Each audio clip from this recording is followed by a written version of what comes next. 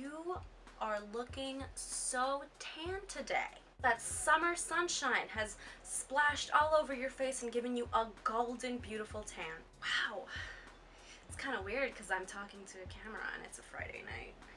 But I'm ready to go out, so I'm waiting for these bitches to hurry up. They need to hurry up.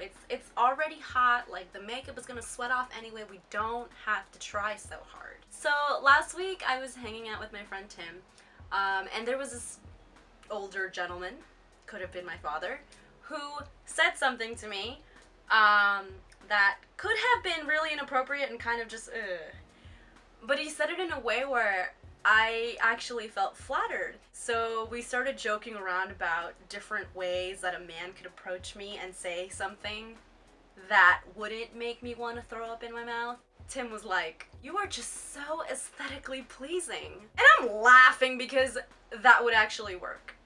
And it made me think about all of these moments where I have been hit on in ways where I just wanted the earth to open and swallow me whole because it was nasty. But then there were a few shining stars. A couple of you gentlemen have said some things that have stayed in this noggin. Now, I'm not saying they would have made me want to get in your pants, but I'm saying it left an impression.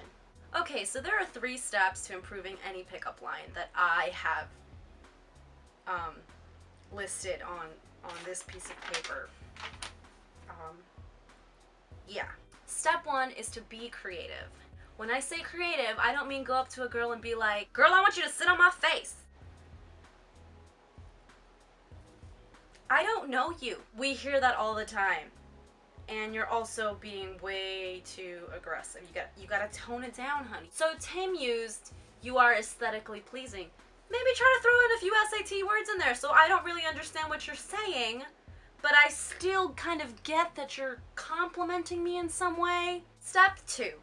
Be confident. When I say be confident, I don't mean be an asshole or a douchebag. I'm not going to tell you guys not to compliment a part of our bodies because there are ways for you to compliment our bodies, and no, there aren't.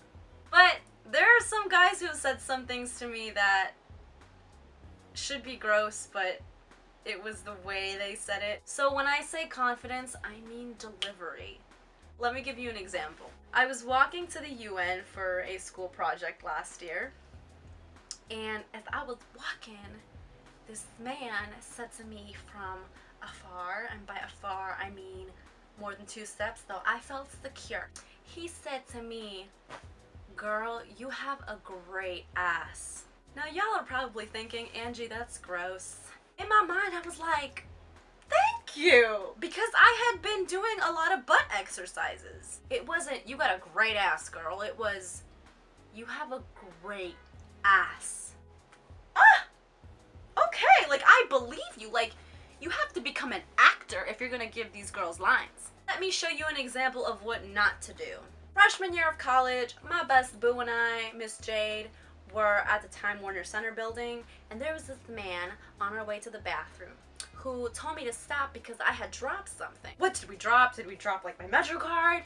Is it my phone? This man stops and says, "You dropped my heart."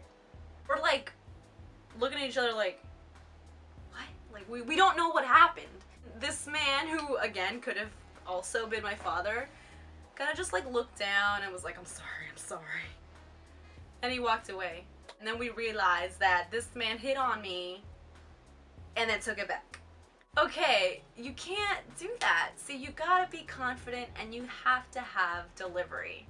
And this takes us to the final step, sincerity. The great ass comment was definitely a combination of delivery, but also sincerity, because you can't sound like you've been dropping these lines back and forth. If you just kind of like spit it out, if you're gonna compliment a girl's butt or her tits or something and just spit it out, like, you're not making me feel special. You're making me feel like you are looking at every ass and every pair of tits walking by and ew. It just has to really sound like this is something that you've noticed just about this one girl.